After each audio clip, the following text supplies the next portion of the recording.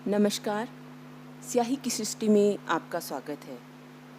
आज जो कहानी सुनाने जा रही हूँ उसका नाम है रिटर्न गिफ्ट।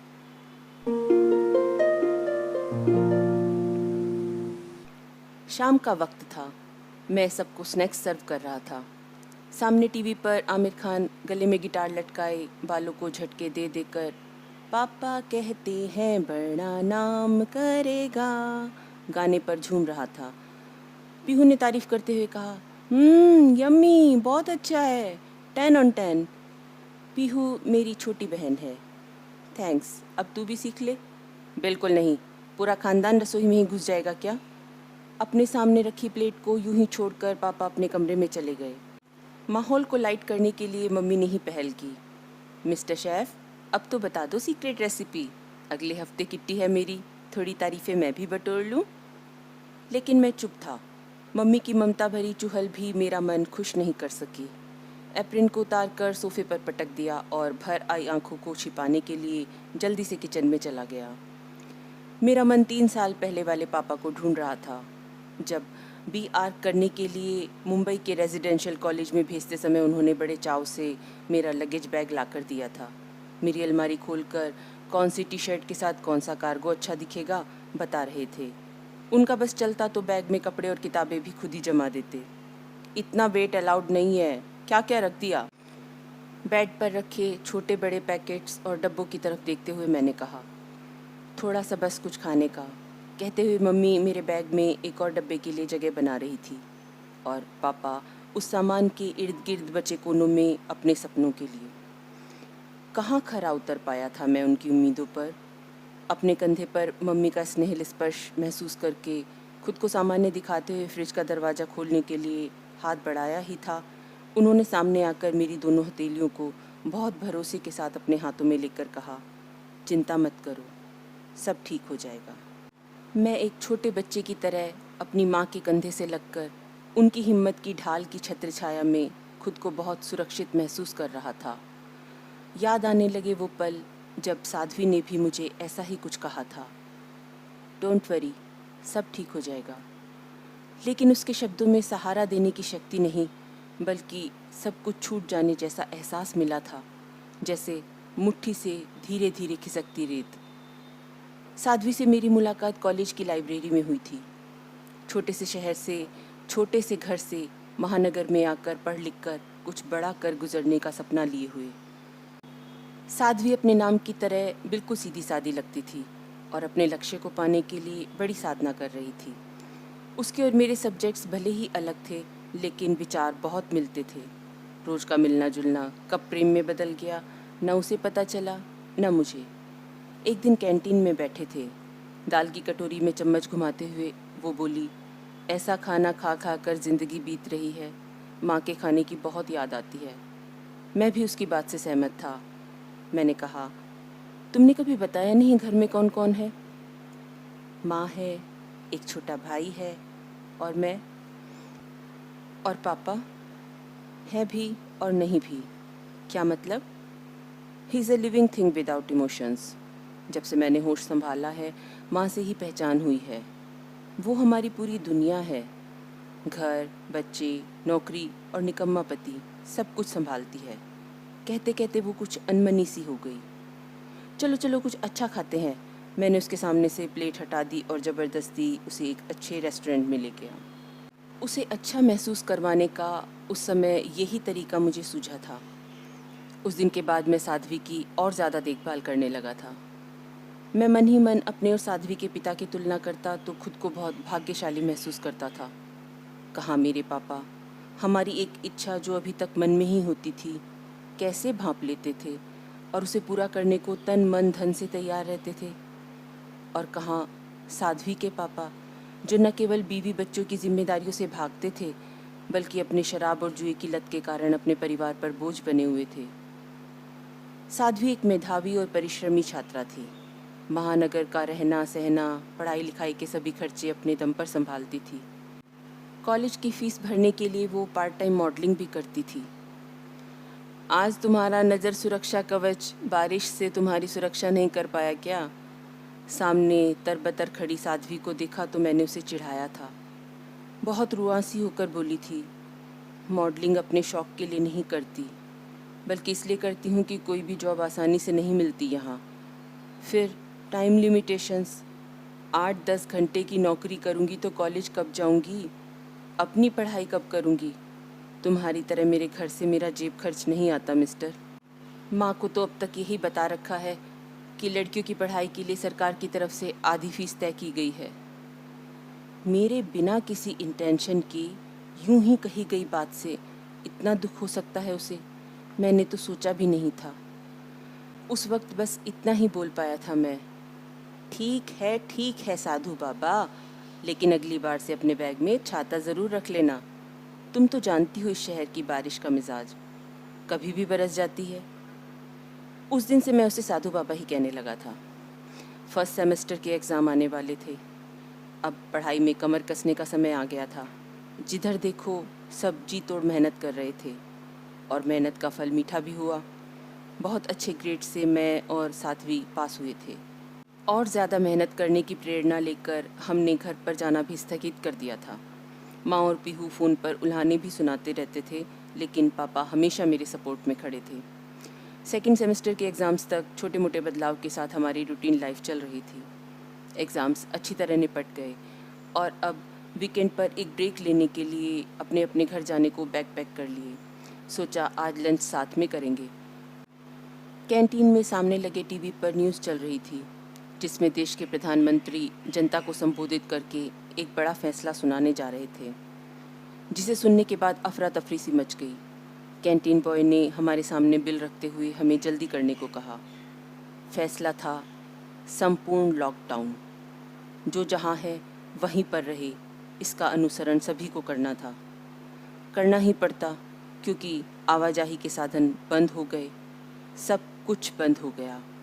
केवल कुछ ज़रूरी संस्थान, बैंक, अस्पताल, मेडिकल स्टोर, किराने की दुकानें वगैरह ही खुले रहे, ताकि जनता को कोई मुश्किल ना हो। क्या वाकई कोई मुश्किल नहीं हुई थी? मैं आवाक सा खड़ा था। हम दोनों एक दूसरे की तरफ देख रहे थे, क्योंकि सही मायनों में इस वक्त हम बेघर हो गए थे। एग्ज़ाम्स के बाद कॉलेज, हॉस्टल सब कुछ बंद हो गया। घर जा नहीं सकते, कहाँ जाएं? सुनो भैया, मैंने वहाँ प्लेटें उठाते हुए लड़के से पूछा, रहने के लिए कोई कमरा किराए पर दिलवा सकते हो क्या? यहाँ अपने रहने खाने के वांदे हैं, तुम्हें क्या दिलवाऊँगा? हाँ, मैं बात करके बताती हूँ। ये आवाज़ साध्वी की थी, जो दूसरी तरफ मुँह करके किसी से फ़ोन पर बात कर रही थी। वो मेरी तरफ देखकर बोली, इंतज़ाम हो सकता है। मैं अभी भी उसे सवालिया नज़रों से देख रहा था। उसने मुझे हाथ से पकड़कर एक कोने में खींचा और फुसफुसाई, हमें हॉस्टल के गेस्ट हाउस में रेंट देकर रहने को मिल सकता है। जल्दी से जवाब देना होगा और एडवांस किराया भी, वरना वहाँ भी जगह नहीं मिलेगी। बात मानने के अलावा कोई और रास्ता नहीं था। आपदा को अवसर में बदलने का मौका ये लोग भी नहीं छोड़ रहे थे। हमारी ही तरह और भी बहुत से स्टूडेंट गेस्ट हाउस में किराया देकर रहने को मजबूर थे। मेरे फ़ोन पर रिंग हुई। पापा का वीडियो कॉल था। बेटा, तुमने न्यूज़ तो सुन ली होगी। हाँ पापा, अब लॉकडाउन और महामारी के चलते मैं यहीं ठहर गया हूँ। जैसे ही अनलॉक होगा घर आऊँगा। अपना ध्यान रखना बेटा। जी, आप सब भी घर पर ही रहना। तुम भी अपने घर फ़ोन करके बता दो कि चिंता ना करें। मैंने देखा साध्वी मुझे पापा से बात करते देखकर भावुक हो रही थी। किसे चिंता हो रही होगी मेरी? यहाँ रुके हुए 2 दिन हो गए। मेरा भेजा हुआ मैसेज भी अभी तक किसी ने नहीं देखा। तुम्हें उनसे बात करनी चाहिए। और मैंने उसके फ़ोन से माँ का नंबर मिला दिया। उधर से हेलो सुनते ही मैंने मोबाइल साध्वी को थमा दिया। कैसी हो साध्वी बेटा? मुझे तुम्हारी फ़िक्र हो रही है। मैं यहीं पर रुक गई हूँ, सब ठीक है यहाँ। आप अपना ध्यान रखना। रुखाई से बात करके साध्वी ने अपना फ़ोन स्विच ऑफ कर दिया। मुझे उसके इस बर्ताव का कारण समझ में आ रहा था। मैं बस उसे खुश देखना चाहता था, इसलिए मौका पाते ही मैंने उसके मोबाइल से उसकी मम्मी के साथ टेक्स्ट पे चैट शुरू कर दी। आपने मेरे मैसेज का कोई जवाब क्यों नहीं दिया? थोड़ी देर बाद उन्होंने टाइप किया, तुम तो जानती हो मैं प्राइवेट स्कूल में पढ़ाती हूँ। लॉकडाउन के कारण स्कूल बंद हो गया और हमारे यहाँ वर्क फ्रॉम होम का भी कोई सिस्टम नहीं। कोई ट्यूशन भी नहीं मिल रहा। इस वक्त इंसान इंसान से घबरा रहा है। कुछ ज़रूरी लोगों के अलावा सब लोगों को फ़िलहाल छुट्टी दे दी, बग़ैर तनख्वाह की लंबी छुट्टी। समझ नहीं आता घर कैसे चलाऊंगी। इधर उधर पहचान वालों से बात भी की है, लेकिन इस समय सब लोग मुश्किल दौर से गुज़र रहे हैं। और बेटा, तुम्हारे मैसेज का जवाब इसलिए नहीं दे सकी थी, मेरे फ़ोन में बैलेंस ख़त्म हो गया था। आप चिंता मत करो, मैं कुछ करती हूँ। साध्वी बनकर मैं टेक्स्ट कर रहा था। संचय, खाना तैयार है। साध्वी मुझे लंच के लिए अपने कमरे में बुलाने के लिए आई। आजकल वो बहुत मेहनत से खाना बनाना सीख रही थी। अब मेरे लंच और डिनर की जिम्मेदारी साध्वी ने ले ली थी। उस मुश्किल समय में भी हम लोगों ने जीने की राह निकाल ली थी। देखो मैंने आज क्या क्या बनाया है। मैं उसे सुन पा रहा था, लेकिन मेरा सिर बहुत भारी हो रहा था। कोशिश करने के बावजूद भी आंखें नहीं खुल रही थी मेरी। संचय, तुमने मेरे घर पैसे क्यों ट्रांसफ़र किए? वो कहती जा रही थी। अब सोने की एक्टिंग बंद करो। कहते कहते उसने मुझे हल्के से झिंझोड़ा तो पाया मैं बुखार से तप रहा था। वो घबरा गई। डॉक्टर को फ़ोन किया। सोशल डिस्टेंसिंग और लॉकडाउन के चलते डॉक्टर्स केवल ऑनलाइन विज़िट कर रहे थे। साध्वी एक नर्स की तरह मेरी देखभाल कर रही थी। मुझे कब खाना खाना है, कब दवाई लेनी है, कब आराम करना है और कितनी देर काम करना है। और फ़ोन तो बिल्कुल नहीं छूना है, मेरे पूछने पर साध्वी मुझे किसी बच्चे की तरह डांट कर कहती। शायद उसके स्वाभिमानी मन को मेरा यूं उसके घर पैसे भेजना चोट पहुंचा गया था। मेरे द्वारा भेजे गए सारे पैसे वो लौटा चुकी थी। फिर भी मेरे घर पर भी मेरी बीमारी के बारे में पता चल चुका था। एक तो माँ बाप यूं ही अपने बच्चों के लिए फ़िक्रमंद रहते हैं, उस पे इस तरह की दूरी और ना मिल सकने की बेबसी। दिन में से न जाने कितने कॉल्स आते, कभी वीडियो कॉलिंग पर, कभी मैसेजेस पर मुझसे बातें करते और ढेरों दुआएं देते मेरी सेवा में रात दिन एक कर देने वाली साध्वी को। धीरे धीरे मेरी तबीयत संभल रही थी। थैंक यू साधु बाबा, तुमने मेरा कितना ख्याल रखा। लेकिन ये भी सच है कि तुम्हारे हाथ का उबला दुबला कच्चा पक्का खाना खाते खाते मेरे तो टेस्ट बड्स ने स्ट्राइक कर दी है। आज मैं तुम्हें बढ़िया खाना खिलाऊंगा। मेरे थैंक्स करने के नाशुक्रे अंदाज से वो बनावटी गुस्से से मुझे देख रही थी। फिर से फ़ोन वाइब्रेट हुआ। अब किसके घर से है? हम दोनों के मुंह से एक साथ निकल गया।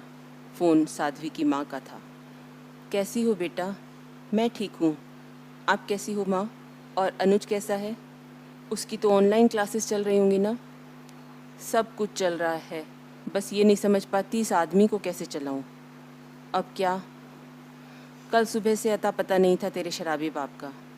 अपने पर्स में पैसे गायब देखे तो समझ गई। खबरों में सुन लिया होगा, शराब की दुकानें खुल चुकी हैं तो बैठे होंगे किसी अड्डे पर। फिर क्या? जो हर बार होता है, नशे में धुत होकर घर आने की जान बचती नहीं, वहीं कहीं बैठ गए होंगे। पुलिस वालों ने डंडे मार मार कर घर तक पहुंचाया है। सब मटिया मीट कर दिया। आप अपना ध्यान रखो माँ, फालतू लोगों की सेवा करने की कोई ज़रूरत नहीं है। साध्वी ने माँ को तो तसल्ली देकर शांत कर दिया, लेकिन उसका गुस्सा आंसुओं की शक्ल में आंखों में उतर आया। मास्क लगाकर, जूते पहनकर वो बाहर जाने लगी तो मैंने पूछ लिया, कहाँ जा रही हो? 2-3 ऑर्डर हैं फूड डिलीवरी के। कहते कहते वो बहुत तेज़ी से बाहर निकल गई। ऑर्डर? साध्वी ने कब शुरू कर दिया खाना पहुंचाने का काम, और मुझे भनक भी नहीं होने दी। कुदरत ने अपनी परछाई बनाकर उतारा है दुनिया में नारी को। कैसा भी समय हो, वो संभालना जानती है। लॉकडाउन की समय सीमा बार बार बढ़ती जाती थी। कोई नहीं जानता था अनदेखे दानव के साथ हमें कब तक लड़ना है। अभी घर वापस जाने या कॉलेज दोबारा से खुलने के कोई आसार नहीं दिख पड़ रहे थे। पूरी दुनिया की अर्थव्यवस्था चरमरा रही थी। सभी के जीवन का एक ही लक्ष्य हो गया था, खुद को बचा लेना। 3rd सेमेस्टर के एग्ज़ाम्स फॉर्म फिल करने की लास्ट डेट परसों है। अच्छा किया तुमने याद दिला दिया, मैं तो बिल्कुल भूल गई थी। तुम्हें तो अब बस केवल खाना खजाना ही याद है। खाना बनाने और खिलाने से ही तो सरवाइव कर पा रही हूँ। क्यों खुद को रिस्क में डालती हो? मैं हूँ ना। हाँ हाँ पता है। तुम तो बहुत टेस्टी खाना बनाते हो। आज से तुम भी हमारी किचन को ज्वाइन कर लो। साध्वी ने यूं ही मेरी तारीफ़ कर दी थी तो मैंने हंसकर कहा, ना साधु बाबा, तुम ही बनो डब्बा वाला, मुझे आर्किटेक्ट ही बनने दो। उसके और मेरे घर से हमारा लगातार कांटेक्ट बना हुआ था। मेरे मम्मी पापा साध्वी को पहचानते ही थे। अब उसकी मम्मी का कॉल मैं भी रिसीव करने लगा था। साध्वी का एग्ज़ाम चल रहा था तो वो फ़ोन नहीं उठा पा रही थी, लेकिन बार बार उसकी मम्मी का नंबर स्क्रीन पर फ्लैश हो रहा था। उसने मुझे इशारा किया तो कमरे से बाहर आकर मैंने अपने फ़ोन से कॉल किया। दूसरी तरफ से आने वाली आवाज़ से मेरा परिचय पहली बार हो रहा था। साध्वी बेटे, पापा को तेरी बहुत याद आ रही है, कैसी है तू? अंकल, मैं साध्वी का दोस्त संजय हूँ। उसका ऑनलाइन एग्ज़ाम चल रहा है। आप मुझे बताइए, मैं उस तक मैसेज पहुँचा दूँगा। हम एक साथ ही ठहरे हैं यहाँ। दूसरी तरफ खामोशी छा गई। मैं इधर से हेलो हेलो करता रहा। तुम माँ बेटी मुझे किसी को मुंह दिखाने लायक नहीं छोड़ोगी ना? पता नहीं किसके साथ। अरे 4 लोग देखेंगे सुनेंगे तो क्या सोचेंगे? साध्वी के पापा शायद कॉल डिस्कनेक्ट करना भूल गए थे। कौन से 4 लोग? और तुम मुंह दिखाने की तो बात करो ही मत। अपने आप को देखो ज़रा। अरे कभी पूछा भी है उससे कि 4-5 महीने से कैसे जी रही होगी, कहाँ रहती होगी, क्या करती होगी? जो थोड़े बहुत पैसे मैं भेज देती थी, अब तो वो भी नहीं कर पाती। आज दारू के लिए पैसा चाहिए तो बेटी याद आ रही है। जबान चलाती है साली, निकल मेरे घर से। ये कौन सा नरक भुगत रही है साध्वी और उसकी माँ? मैं मन ही मन सोच रहा था। उन दोनों के झगड़े की आवाज़ें, वो शोर, चीख पुकार मेरे जहन में अभी तक घूम रही थी। साध्वी एग्ज़ाम पूरा कर चुकी थी। कानों से हेडफोन्स उतार कर पूछने लगी, बात हो गई माँ से? हाँ, चलो अब नाश्ता कर लो। अच्छा, मैंने वैक्सीनेशन के लिए कल का स्लॉट बुक कर दिया है। अच्छा किया, लेकिन मुझे अभी भूख नहीं है, सिर दर्द कर रहा है, थोड़ा सो जाती हूँ। भूखे भजन ना होए गोपाला, और तुमने एग्ज़ाम कर डाला, वाह वाह वाह वाह। वो बेमन से खाने लगी, लेकिन आज तो ना उसने अदरक वाली चाय की तारीफ़ की और ना ही आलू के पराठे की। कैसा लगा आलू पराठा? मेरा टेस्ट खराब सा लग रहा है, कुछ अच्छा नहीं लग रहा। ये तो तुम मुझे कॉपी कर रही हो। टेस्ट और स्मेल तो मेरे। एक मिनट, तुम यहाँ बैठो। मैंने उसका माथा छूकर देखा। ओह नो, तुम्हें तो इन्फेक्शन हो गया लगता है। ये बस स्ट्रेस है। हम चल तो रहे हैं कल। वैक्सीन लेने के बाद कोई डर नहीं रहेगा। उसकी ज़बान लड़खड़ा सी रही थी। अभी तुम ये दवा लेकर आराम कर लो, किसी तरह की कोई चिंता मत करना। तभी मेरे फ़ोन पर पापा का कॉल आ गया। संजय बेटा, कैसे हो रहे हैं तुम्हारे एग्ज़ाम? शायद कल आखिरी है। जी पापा, एग्ज़ाम बढ़िया हो रहे हैं। अपना ध्यान रखना बेटा, ये वायरस बहुत ख़तरनाक है। अभी अभी रिकवर किया है तुमने, वीकनेस हो रही होगी। मैं ठीक हूँ, आप चिंता मत कीजिए पापा। सबको चिंता से दूर रहने को मैं बोल रहा था, जबकि असलियत तो ये थी कि इस वक्त चिंता के कारण मेरा बुरा हाल था।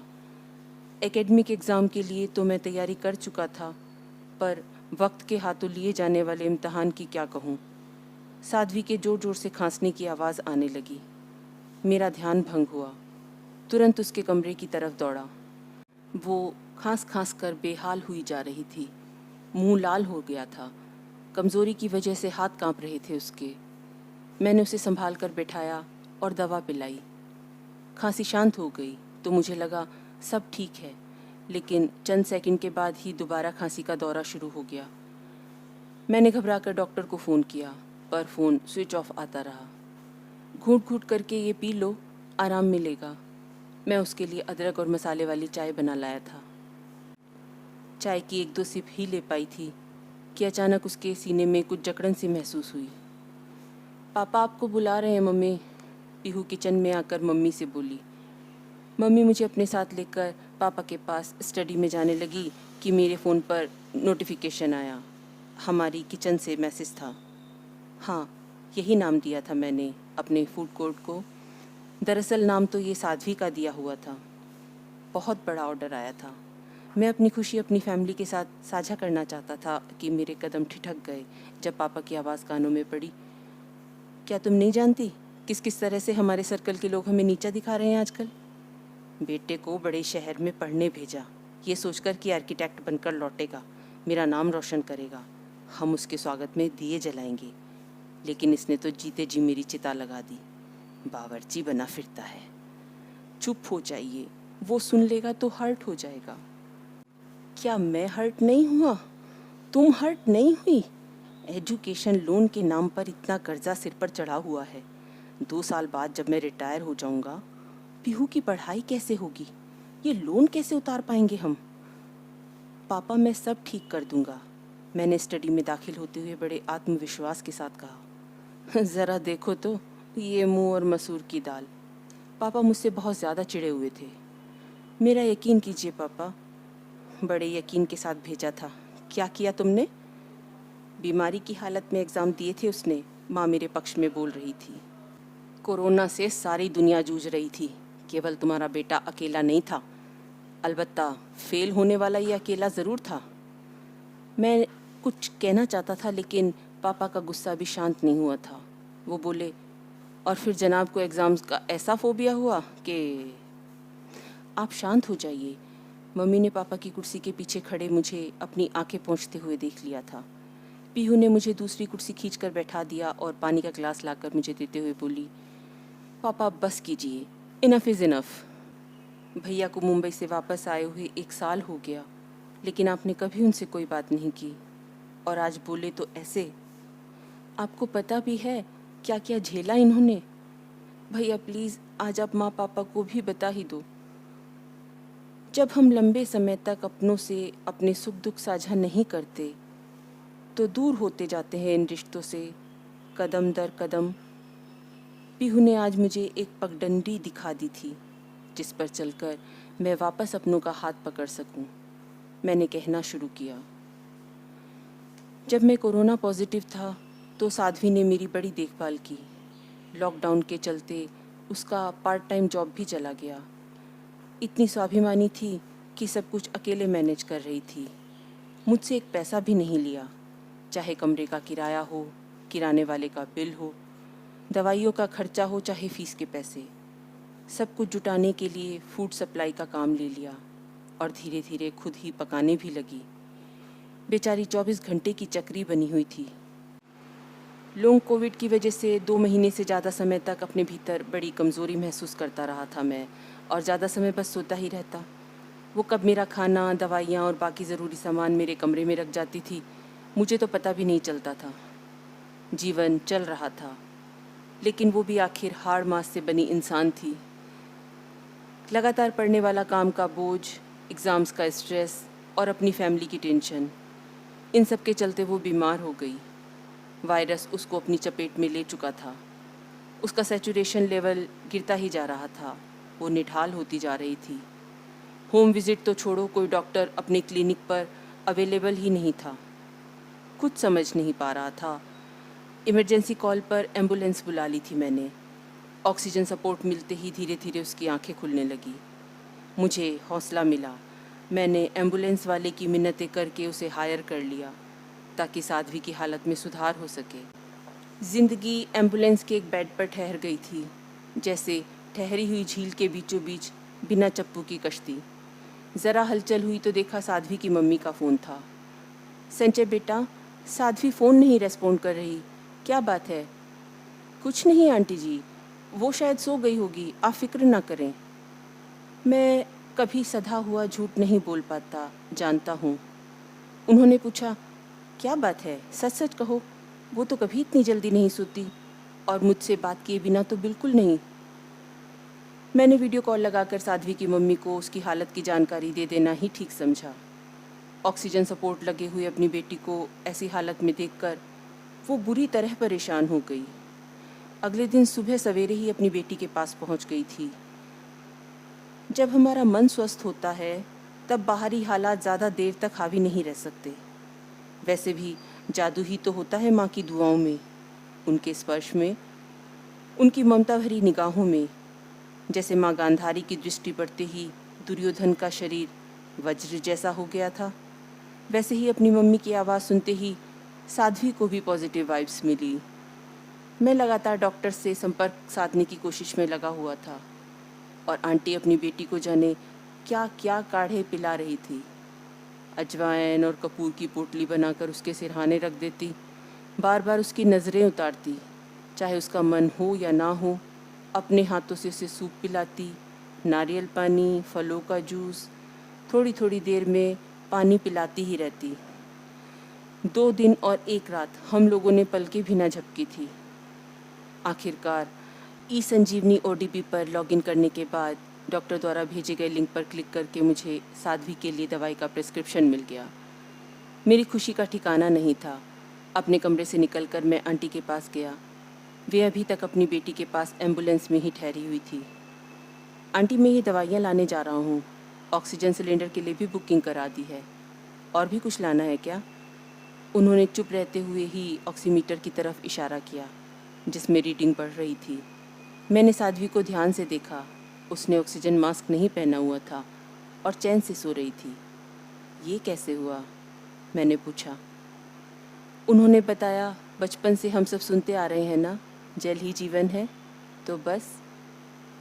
सर, मुझे लगातार फ़ोन आ रहे हैं, जवाब देना भारी पड़ रहा है। मेरा पेमेंट कर दो और मुझे फ्री कर दो प्लीज़, एम्बुलेंस वाला लड़का चिड़चिड़े अंदाज में बोल रहा था। तुम तो असली कोरोना वॉरियर हो यार, कहते हुए मैंने उसे गले से लगा लिया। उसका पेमेंट करके उसे विदा किया और साध्वी को रूम में शिफ्ट किया। ये सब बताते हुए जैसे मैं उस समय को दोबारा जी रहा था, और मेरे साथ साथ माँ, पापा और पीहू भी। बात पूरी होने के बाद भी कमरे में मौन पसरा हुआ था। तभी फ़ोन पर रिंग हुई। सब अपने वर्तमान में लौट आए। साध्वी का ही है, मैंने कहा। तो रिसीव करो, ये पापा की आवाज़ थी। भूल गए ना? साध्वी बोली। क्या? गेट खोलो तो बताती हूँ, वो चहक कर बोली। गेट खोलने के लिए पीहू जाने लगी तो पापा ने उसे रोक दिया और खुद गए। सामने साध्वी और उसका भाई अनुज खड़े थे।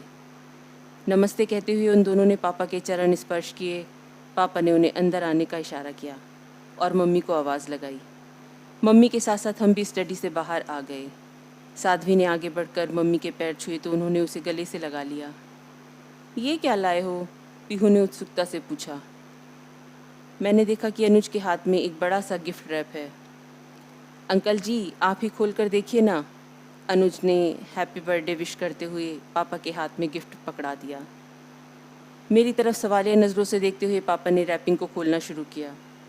कार्टन के अंदर कार्टन, फिर बबल रैप से लिपटी हुई एक ब्राउन कलर की लकड़ी की नेम प्लेट जिस पर लिखा था हमारी किचन। ये देखकर मेरी तो जान ही गले में अटक गई। दिल तेज़ तेज़ धड़कने लगा। मैं सोच रहा था, आज तो शेर की गुफा में गर्दन हो गई मेरी। मैंने साध्वी को यूं देखा मानो पूछ रहा हूँ, ये क्या सूझी तुम्हें? वो मेरा मतलब समझकर बोली, आंटी जी ने मुझे मैसेज करके बता दिया था कि सब सॉर्ट आउट हो गया है। मेरा मतलब। वो जल्दबाजी में सब कुछ बोल गई थी। अपनी बात को संभालने की कोशिश करने लगी तो पापा एक ज़ोरदार ठहाका लगाकर बोले, भाई, खुशियों का रास्ता तो पेट से ही होके जाता है। पीहू, बेटे सबके लिए खाना लगवा दो और डिज़र्ट भी। तो ये थी कहानी रिटर्न गिफ्ट। कहानी आपको कैसी लगी? कमेंट करके ज़रूर बताइएगा। धन्यवाद।